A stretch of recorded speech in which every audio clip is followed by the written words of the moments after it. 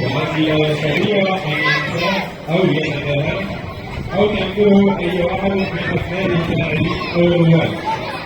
لذا منا وزير الشكر والامتنان نستمع سويا إلى كلمة الكابتن عبد المنعم مصطفى حسين والشهير بالكابتن شرف.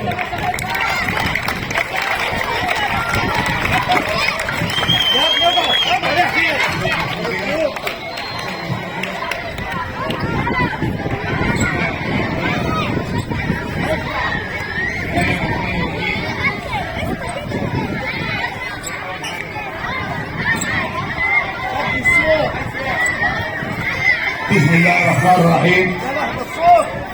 إن أنا أرحب بكم جميعا.